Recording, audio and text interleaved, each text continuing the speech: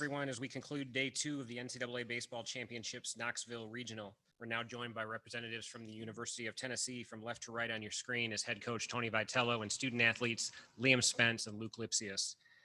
We're going to take questions one at a time using the raise your hand function. Please no follow-up so that we can get to as many outlets as possible. And coach, as we're waiting on questions, if you'll start us off with an opening statement about today's game. Yeah, I thought today was a great team win. So far, a lot of people expected big things from this regional, and it's been wild. There's been a lot of different things that have happened or different storylines thus far, but it hasn't disappointed in excitement. And part of that has been, our guys feeding off our crowd. They gave us a little bit of juice last night. It carried over in tonight. It was pretty cool as we were hitting BP. The stands started to fill up, and you could feel the energy from our guys. That they were kind of on the hunt to get another win tonight after kind of staring death in the face somewhat last night. And again, back to my original statement, I think it was a great team win.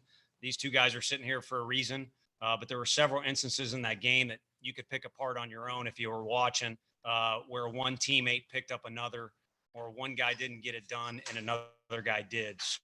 So Blade did a phenomenal job leading the way, but again, I thought the guys had each other's back in a lot of different situations, and it was the difference for us. Thank you, Coach. We'll go to Ryan Shumpert, Ben McKee, and Mike Wilson. For Coach, just how challenging is it to bounce back so quickly from such an exciting win and major win last night, and just how impressive was your team's ability to jump on Liberty early today?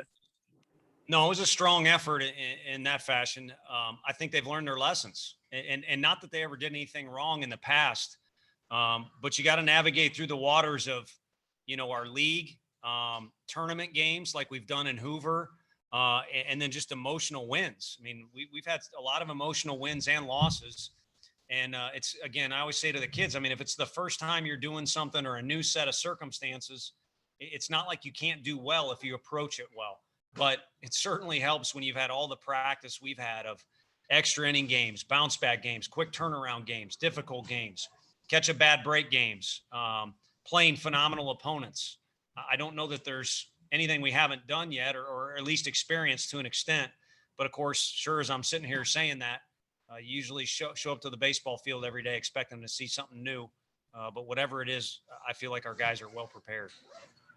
Tony, can you put your thumb on why there's been so many home runs in this regional this weekend? And then Liam and Luke, just what was working so well for you all today that led to a two home run performance for both of y'all?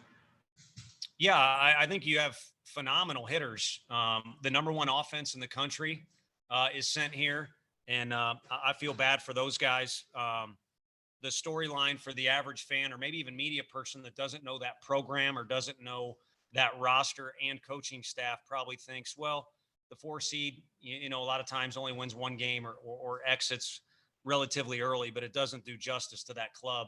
I feel they deserve to be in a better position to make some noise. And they did make noise. I mean, they had us up against the ropes and they swung the bats well. So it starts kind of from the bottom and goes all the way to the top.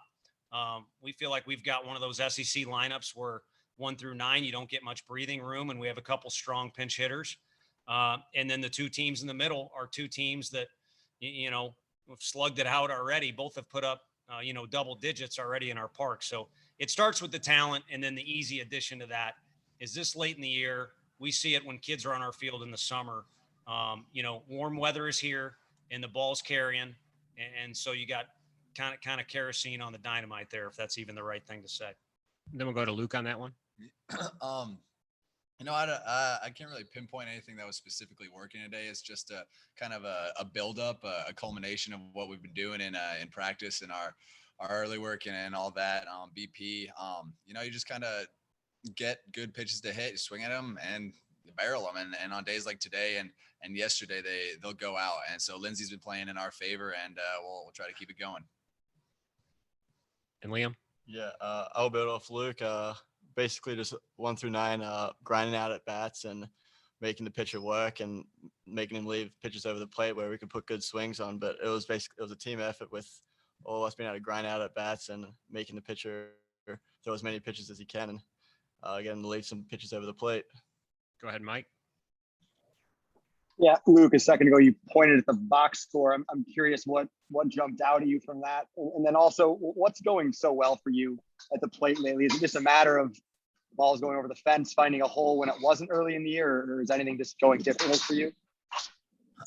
Yeah, I was actually just pointing out the earned runs. There's a goose eggs there, but that's neither here nor there. But no, it's just kind of a confidence thing in me and the whole offense. You know, I know if I don't come through, that someone else will, and so you can really just relax in pressure situations, especially, and then tweaks here and there, and then everyone's rolling right now. And you know, it's a really good time for us to get hot. We're playing really good baseball, and it's just really exciting.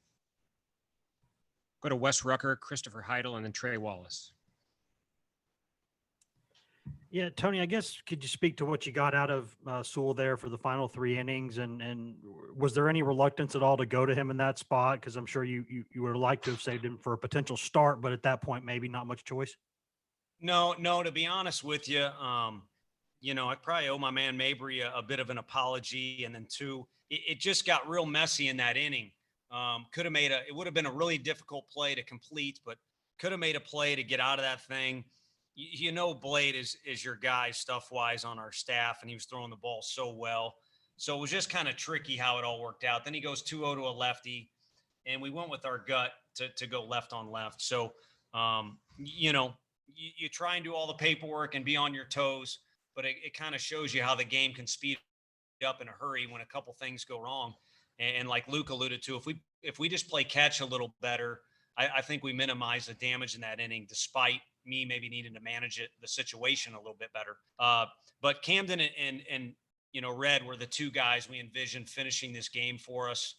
Sean, at the very least, needed a day. Hunley, you know, where he was not on the available list because of his pitch count. So we expected that to happen. And I'd say, you know, maybe he threw 1 or 2 more innings, but he was really efficient in his, you know, pitch count, 35 pitches to get the job done. The kid picked up where he left off in Hoover. And, you know, kind of like Luke, I don't mean to speak for him, but I think Luke is just swinging the bat like Luke does. Like we saw all fall in spring training, and like some of his teammates, it took him a while to just relax and play baseball. But Camden Sewell and Luke are 2 guys that are just playing baseball, probably following the lead of the Aussie who's been doing it all year. Chris Heidel. Hey, Coach, congratulations on the win today. Just talk about your bullpen. You're all set for the weekend, for tomorrow. You know, you didn't have to go in depth in your bullpen after last night's long marathon. Yeah, you know, it's a tricky deal in the back of your brain. I think you're probably much better served just looking at the game you're involved in. But at the same time, I've been in some situations where you have regret when you don't manage things the right way. And it catches up to you later in the tournament. This is a tournament. It's nice we won tonight's game, but we're smack in the middle of a tournament. We're all a little bitter. I think we didn't win the last one we were in, and we want to do whatever we got to do to win this one. So I think it'll be all hands on deck tomorrow. We haven't taxed our pitching, as you've said, but our offense has also done a nice job to help preserve that. So we're looking for all facets of the game to just do what they're capable of tomorrow. Whether it's playing defense, playing catch that way, or the pitchers that are available getting it done. And I have full confidence in our offense as well. Hey, Tony, only leaving 5 runners on base tonight. What did you think of the way that your team was seeing pitches tonight, getting bat to ball, especially in that 3rd inning? How would you rate them overall this evening? Yeah, again, I think I didn't say it that cleanly at the opening, but I think there was a certain amount of juice from the crowd, and it's why you fight so hard all year long to play in front of your fans. You know, and it carried over into today's game. But also the guys, I think, you know, kind of like our first game in Hoover, there was some hesitancy. Even though we played well last night, there were moments of a little extra tension or hesitancy or feeling the whole deal out a little bit. And I think with last night's win, it kind of gave the team permission to just show up and play ball. And all those things were in our favor. And it's a pretty talented group. So when those things are right with the mental side of everything and the skill set we have with these 2 guys and others, it's a good combination. And then the fact that's going on at home makes it even better. So when you go up against a well-coached team, you get some results like you're mentioning. Last two for Tennessee go to Troy and then Jake Nichols. Liam, Tony alluded to it a little earlier, but I'm wondering what is the biggest thing y'all learned from those big moments against Vanderbilt and Arkansas that were followed by losses, and kind of the ability to turn that around today and win the way y'all did? I think it kind of educates you on where to invest your energy and your calories. And these two guys are young. I think I can keep up with them energy wise, but for the most part, they've got great energy at all times physically, but mentally you kind of, you got to be careful about where you're putting your energy, whether it be social media or getting too fired up, or, in Hoover, watching every single game, judging what's going on. You kind of learn what's important and what's not. And when it goes awry or doesn't go the way you want, I think these guys have learned to rally around each other, which they've done all year long, but it's kind of gotten more and more efficient as we've gone on through the year. And it's incredibly helpful this time of year because it's a little bit of cutthroat baseball against great competition. Tony, they're in the eighth with Pete's response after he got hit in the foot, came back, got that RBI. What can you say about him and just kind of battling back right there? And then in another part, can you talk about who's starting tomorrow? Sure. We'll get together as a staff and decide whether we want to make the decision regardless of who wins that first game or kind of play that out. But we've prepared guys. I mean, obviously the whole setup last week was, if Heflin's going to throw in the final, then he's more than likely going to be, available for the third game in this deal. So we'll kind of see where we're at with that. What was the first part of the question? Sorry. Talking about with Pete Durkee with his AB. Yeah, coming hey, back. Pete, our second year here, I appreciate you reminding me. Our second year here, Pete was injured almost the whole last third of the year, and he just battled through it. And, he had a hand injury that was very difficult to deal with. The kid's tough. He loves the Vols probably more than anybody that I get to be around every day. And I think that moment allowed him to actually kind of catch his breath a little bit and kind of tame that swing down. When he's just swinging naturally with his bat, earmuffs, you two guys, he might be the best bat handler on our team. And that's why he's in that spot. And it's why he's had so much success for his entire career here for us. No offense. All right, too straight. You got off the hook anyway. You didn't get asked any questions. Yeah, that's nice to watch. Thank you, everyone. We'll be joined by representatives from Liberty momentarily.